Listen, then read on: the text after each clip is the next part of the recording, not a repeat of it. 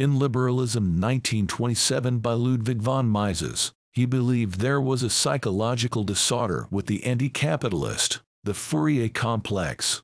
Dr. von Mises is the world's greatest economist, but psychology was not his area of expertise. He was not qualified to address the disorder, he explicitly said so, and did not investigate the matter.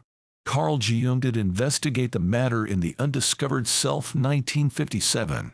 I am unaware if Dr. Jung had any familiarity with Dr. von Mises, but this work seems to be written directly addressing the Fourier complex which Dr. von Mises intuitively recognized 30 years prior. This provides a phenomenal connection between economics and psychology. The anti-capitalist will not use reason. They would come to a radically different conclusion if they did. Ludwig von Mises believed this. In discussing the psychological roots of anti-liberalism, he said it cannot be the task of this book to discuss the problem of social cooperation otherwise than with rational arguments. But the root of the opposition to liberalism cannot be reached by resort to the method of reason. This opposition does not stem from the reason, but from a pathological mental attitude, from resentment, and from a neurasthenic condition that one might call a Fourier complex. He continued a serious disease of the nervous system, a neurosis, which is more properly the concern of the psychologist than of the legislator. Yet it cannot be neglected in investigating the problems of modern society. Unfortunately, medical men have hitherto scarcely concerned themselves with the problems presented by the Fourier complex. This was true at the time this was written. The issue had been neglected, but it was addressed, not by medical men, but a medical man. Few, if any, are more qualified for this task than world-renowned psychologist Carl Jung. Dr. Jung immediately pointed out the state was the opponent of the individual's mind in the undiscovered self. Jung said the moral responsibility of the individual is then inevitably replaced by the policy of the state.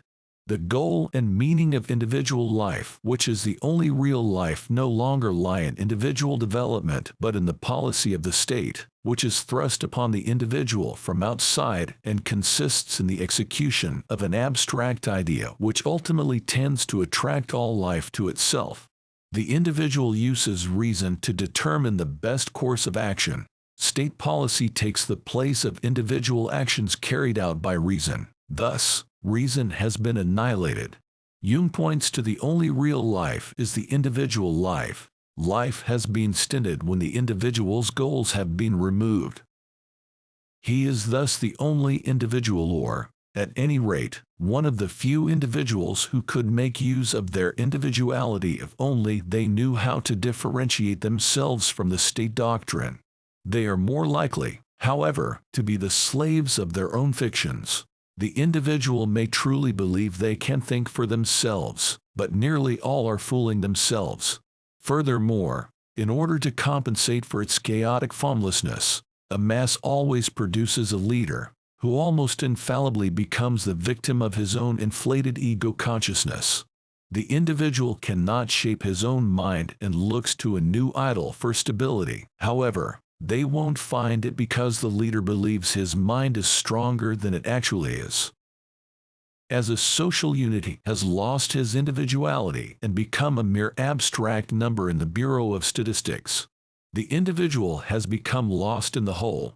Individual goals have been replaced. He has become a slave to his own foolishness. Now he is a number. He may truly believe the leader cares about him, but doesn't realize what he actually is to the leader and the state. The state requires companies to supply statistics on nearly everything, provides a social security number, and requires the individual to register for the selective service.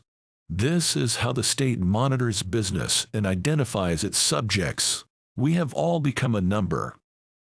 The state then attempts to be the Lord. All socio-political movements tending in this direction invariably try to cut the ground from under the religions.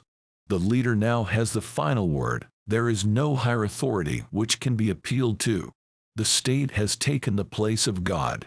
That is why, seen from this angle, The socialist dictatorships are religions, and state slavery is a form of worship. The state wants you to worship. The state's buildings are large to make you feel insignificant. Leaders' faces are stamped on money, carved into mountains, and monuments are erected. All of this is by design.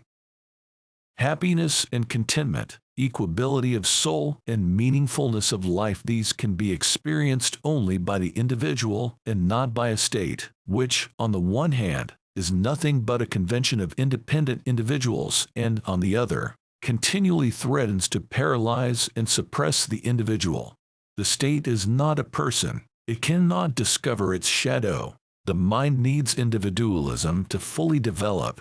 The state is a collection of individuals held together by ideas. Each is suppressing and stunning the growth of the other. Only the individual can develop their own mind, not the state nor state policy. The individual, and only the individual, can make the darkness conscious. Once this is severe enough, we have the state, not the state. He ends by stating, "I hope, therefore, that a psychiatrist, who in the course of a long life has devoted himself to the causes and consequences of psychic disorders, may be permitted to express his opinion, in all the modesty enjoined upon him as an individual, about the questions raised by the world situation today."